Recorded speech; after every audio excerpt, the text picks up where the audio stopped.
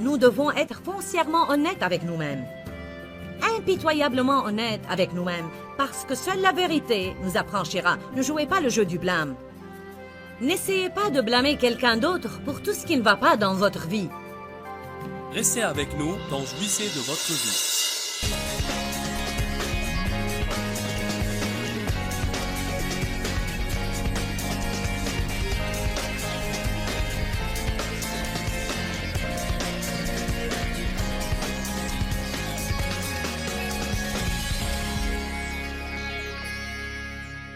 Qui ici pourrait profiter d'une crue de son niveau de joie? Je veux dire tout le temps, je ne cherche pas ces petits jaillissements de joie quand il arrive quelque chose qui me rend contente et gaie, mais je veux tressaillir de cette joie ineffable et glorieuse dont parle la Bible, quelles que soient les circonstances de ma vie, que je sois toujours enivré de joie. Proverbe 15, verset 13 dit « Un cœur joyeux rend le visage serein. » Mais dans le chagrin, l'esprit est abattu. Vous avez avantage à garder votre esprit bien fort. Un esprit abattu, triste, un esprit chagriné, vous traîne et vous aspire dans la fosse. J'aime la parole que j'ai citée tout à l'heure, qui dit que l'esprit fort ou le moral de l'homme le soutient dans la maladie et les peines et les problèmes. Le psaume 5.11 dit « Et tous ceux qui t'ont pour refuge se réjouiront toujours, ils exulteront. » Donc, si l'on s'en remet à Dieu, on doit être heureux. Allez, comprenez ceci. Si l'on marche tout triste, déprimé et négatif, et on dit « Je m'en remets à Dieu », sûrement notre foi n'est pas en Dieu. Peut-être on essaye d'avoir confiance en Dieu, mais on ne s'en remet pas vraiment à Dieu parce que si notre foi est vraiment en Dieu, la Bible dit que nous devrons nous réjouir. Car quand nous nous fions à Dieu, nous aurons une attitude positive, que Dieu va certainement agir au sujet de notre problème, qu'il œuvre en nous en ce moment même, qu'il effectue des changements. Psaume 5.11, tous ceux qui t'ont pour refuge se réjouissent toujours, ils exultent, car tu les abrites et tu les défends, ils auront de l'allégresse. Tu fais crier de joie ceux qui aiment ton nom et tu les enivreras de ton esprit. J'ai mis entre parenthèses de bonne humeur. Que signifie avoir de l'allégresse? Ça veut dire être de bonne humeur. Si vous êtes de tempérament volage, sujet à des sautes d'humeur, un jour vous avez le moral, le jour suivant vous ne l'avez pas, ou le matin vous êtes de bonne humeur, l'après-midi non. Si votre degré de joie est fondé sur ce qui se passe dans votre vie, alors je vous dis, franchement, vous devez faire un changement. Je ne sais pas s'il y a plus grande misère que de vivre avec quelqu'un d'humeur changeante. Allons, je n'essaye pas de vous froisser, j'essaye d'améliorer vos rapports. Ce n'est vraiment pas juste d'infliger vos perpétuelles sautes d'humeur à quelqu'un d'autre.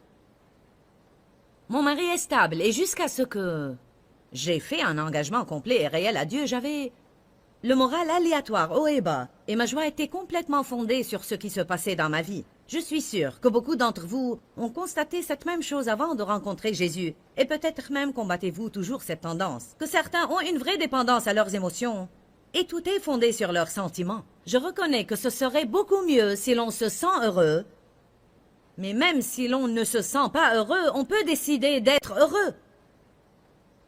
Une première chose qui aide le moral, que vous le croyez ou pas, c'est de sourire intentionnellement. Je dis la vérité. Si vous souriez, alors vous vous sentez allégé. Lorsqu'on sourit, on voudra se tenir plus droit. Allez-y, donnez-moi un mauvais froncement de sourcils, le pire qui soit. Ne vous sentez-vous pas? Maintenant, souriez très large. On se sent mieux quand on sourit. Je pense que le sourire est l'interrupteur qui allume la joie du Seigneur qui se trouve dans chaque croyant. M'avez-vous entendu? Vous pouvez sourire intentionnellement. Vous n'avez pas besoin d'en avoir envie.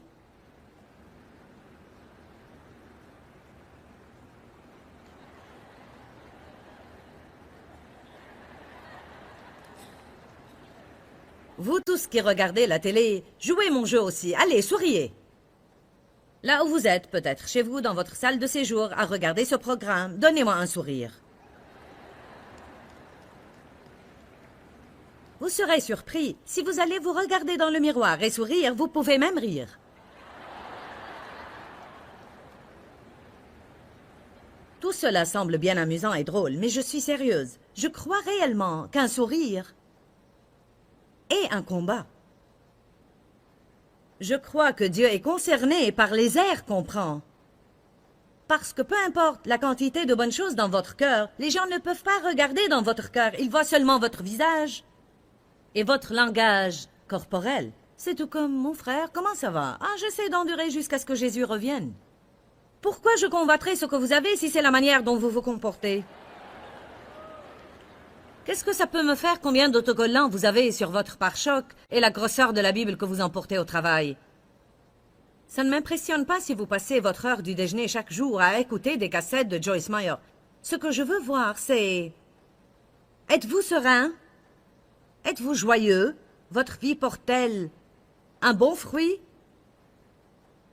Sourire, je veux le répéter.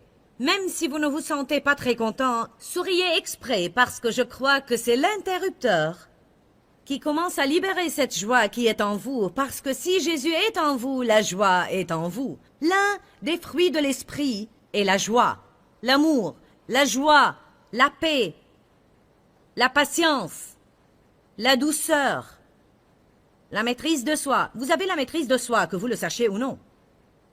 Peut-être ne l'utilisez-vous pas, mais vous l'avez. Alors ils auront de l'allégresse, ce qui veut dire ils seront de bonne humeur, et tu fais crier de joie à ceux qui aiment ton nom et non pas leurs circonstances. Dave m'a dit après que j'ai changé. Heureusement qu'il ne me l'a pas dit avant que j'ai changé, car mon humeur serait pire.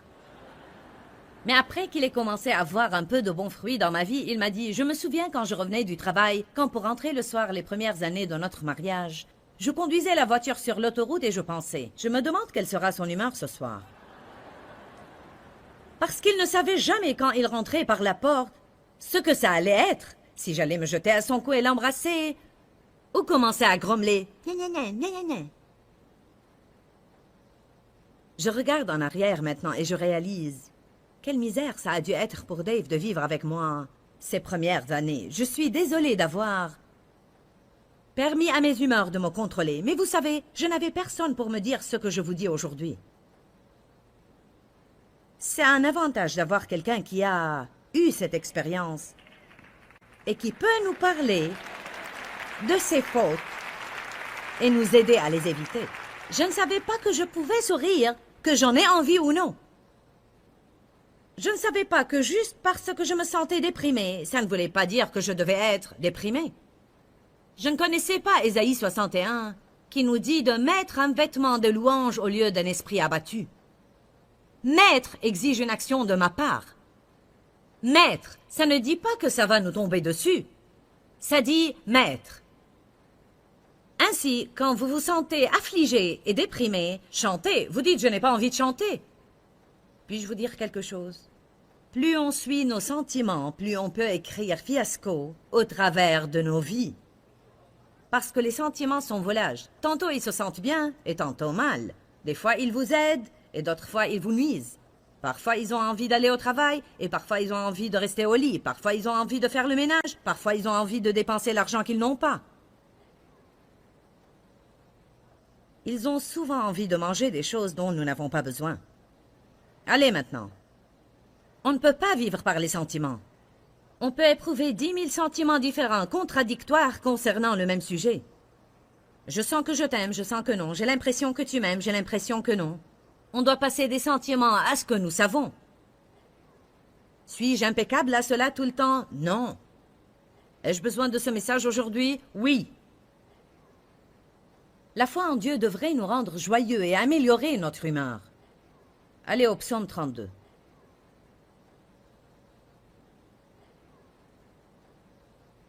Une chose qui vole notre joie, c'est le péché caché. Certains d'entre vous ne vont peut-être jamais devenir heureux jusqu'à ce que vous fassiez repentance. Vous vous permettez peut-être certaines choses que vous savez au fond de vous-même qu'elles sont déplacées, mais vous ne vous en souciez pas. elles empoisonneront votre joie. David, le roi, était un homme remarquable et avait un rapport impressionnant avec Dieu. Mais il a fait certaines erreurs. Il a vu une femme, il est devenu émotionnel et a commis l'adultère. Elle est tombée enceinte, ainsi il a dû cacher son péché et a fait tuer son mari. Durant ces années après qu'il ait péché, il ne s'en est pas repenti ni inquiété devant Dieu. Il a juste essayé de l'ignorer. Avez-vous jamais été dans une situation où vous avez essayé d'ignorer votre péché? J'ai essayé d'ignorer pendant plusieurs années que j'étais une femme rebelle et disais toutes sortes de choses à mon mari qui étaient irrespectueuses et que je ne devrais pas dire. Et Dieu essayait de me réprouver, mais je lui donnais une excuse. Je disais, j'ai été abusée et j'ai beaucoup de difficultés avec l'autorité masculine. Quand Dieu essaye de nous réprouver, c'est surprenant de voir avec quelle vitesse on passe outre cette conviction avec des argumentations et on donne une excuse pourquoi c'est admissible pour nous de faire ce qu'on fait, bien qu'on sache que ça ne l'est pas, mais c'est admissible pour nous parce que... Je sais que je suis d'humeur irascible ce soir, mais j'ai eu une mauvaise journée au travail. Nous avons tous un sac d'excuses. C'est cette chose invisible que nous portons avec nous, et à chaque fois que Dieu essaye de nous réprouver, ou que d'autres gens essayent d'adresser un point délicat, nous sortons une excuse.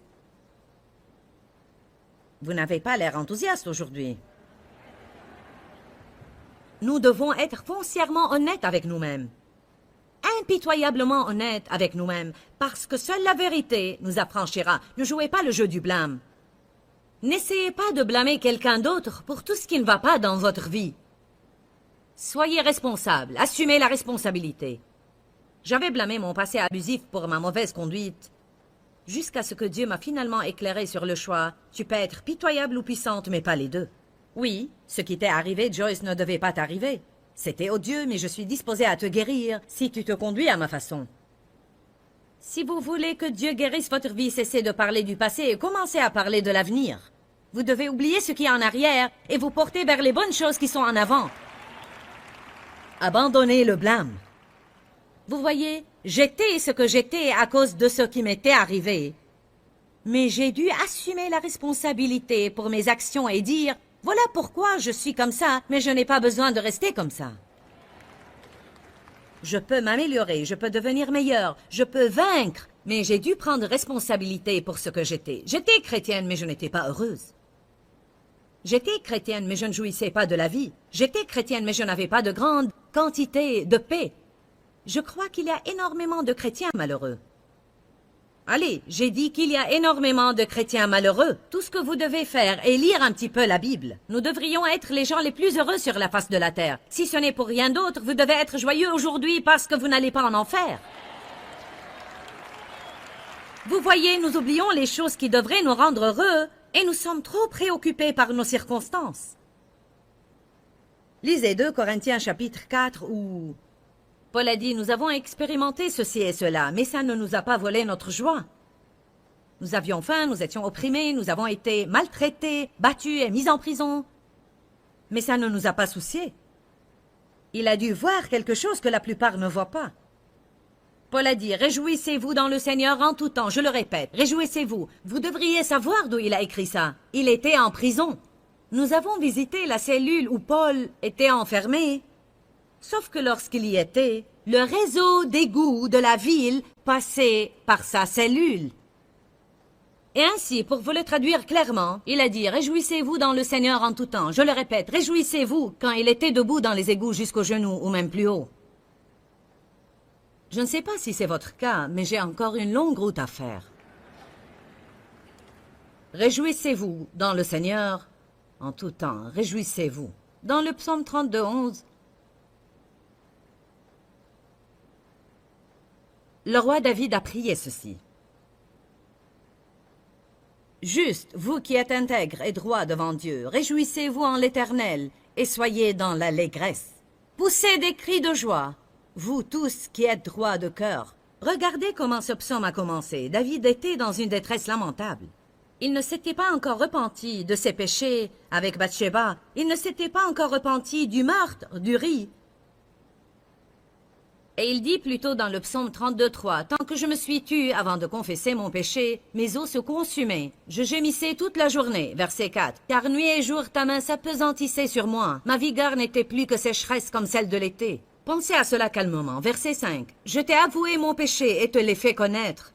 Je n'ai pas caché mon iniquité et mon tort. J'ai dit, je confesserai mon péché et mes offenses au Seigneur Dieu. J'étalerai sans cesse mon passé jusqu'à ce que tout soit éclairé. Et toi, tu as immédiatement effacé la peine et le poids de mon péché et tu as absous mon tort. » Posez et pensez-y calmement.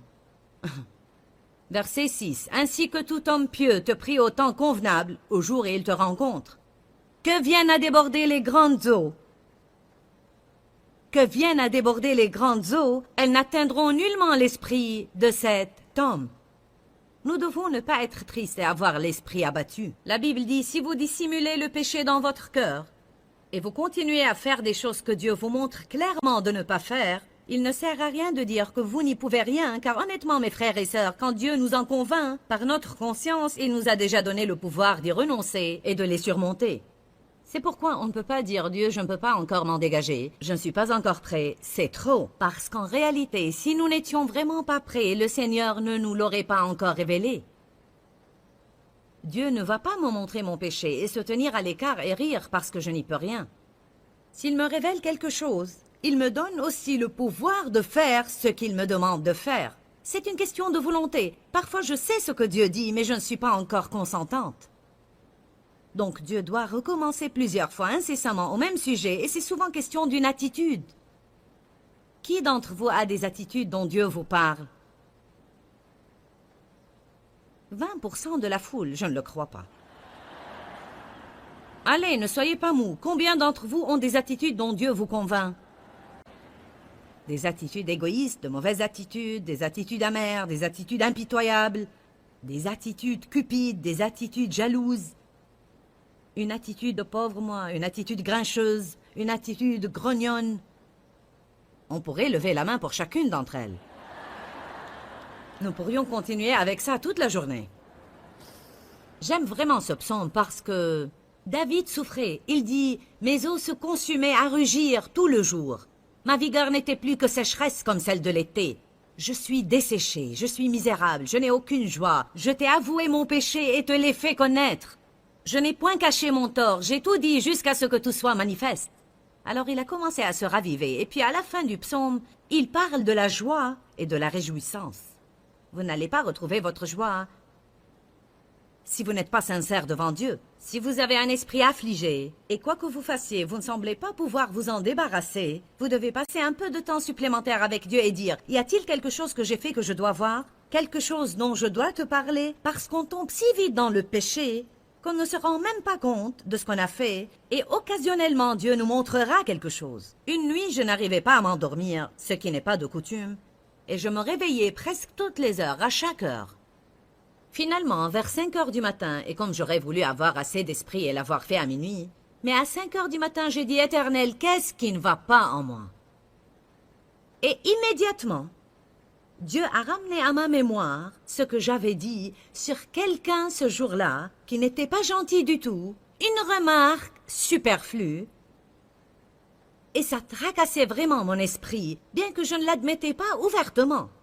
Ça dérangeait mon esprit. Et quand Dieu me l'a montré, j'ai dit, tu as raison Seigneur, je suis désolé, je suis vraiment désolé. Savez-vous ce que Dieu m'a montré? Si je veux avoir son onction sur mes lèvres, je ne peux pas permettre que de méchantes paroles sortent de ma bouche quand personne ne regarde, et puis prêcher ici en espérant avoir une puissante onction. Donc je dois être vraiment responsable de mes paroles. Si vous voulez ruiner votre joie, vous n'avez qu'à passer la journée à faire des commérages.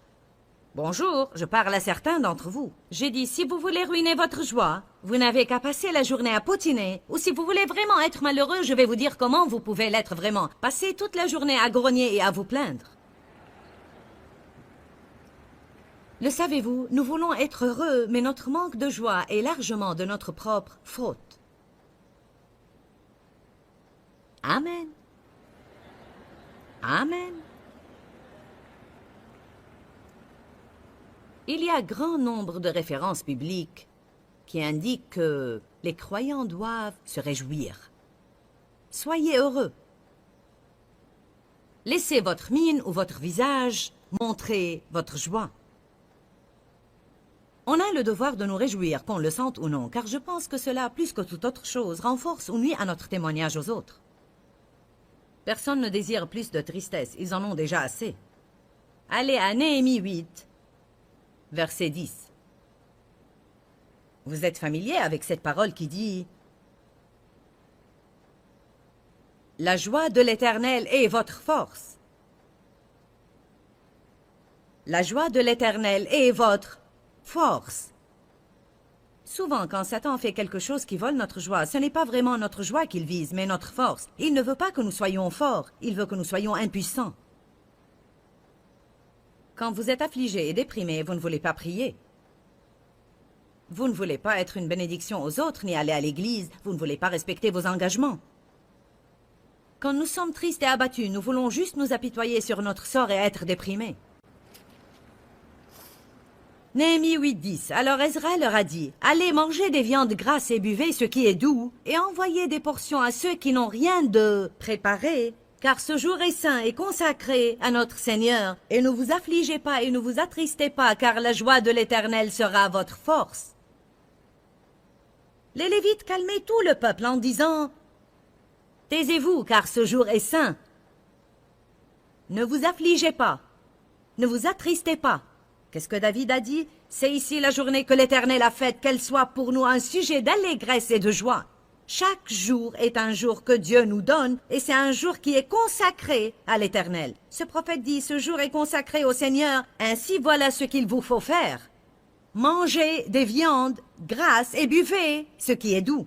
Nous ne sommes pas intéressés à manger le gras ou boire nécessairement ce qui est doux, mais il y a là un but différent. Il dit, mangez, buvez, soyez joyeux. Il dit essentiellement, jouissez de votre vie. Une des façons dans l'Ancien Testament de dire aux gens, de les inciter et de les pousser à aller festoyer, à être joyeux, à s'amuser, à faire la fête, c'était de leur dire, mangez du gras et buvez ce qui est doux.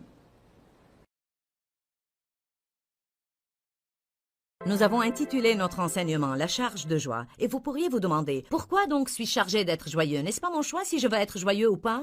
D'un côté oui, mais de l'autre côté non, parce qu'en réalité, si vous voulez vraiment être un ambassadeur de Jésus-Christ ou bien son représentant ici sur terre, alors vous avez vraiment le devoir d'être joyeux parce que les autres vous observent. La Bible dit que nous devons être sel et lumière. Lorsque les gens sourient et sont joyeux, c'est comme allumer la lumière dans les ténèbres. Je crois aussi que si on veut être sel, ce qui veut dire rendre quelqu'un d'autre désireux de ce que nous avons, alors nous devons exprimer de la joie dans notre vie quotidienne. Jésus est mort pour que nous ayons la vie et nous en réjouir. Et nous devons exprimer cette joie, ce qui va aider d'autres à vouloir entrer dans le royaume et connaître notre Sauveur. Dis-leur que je les aime.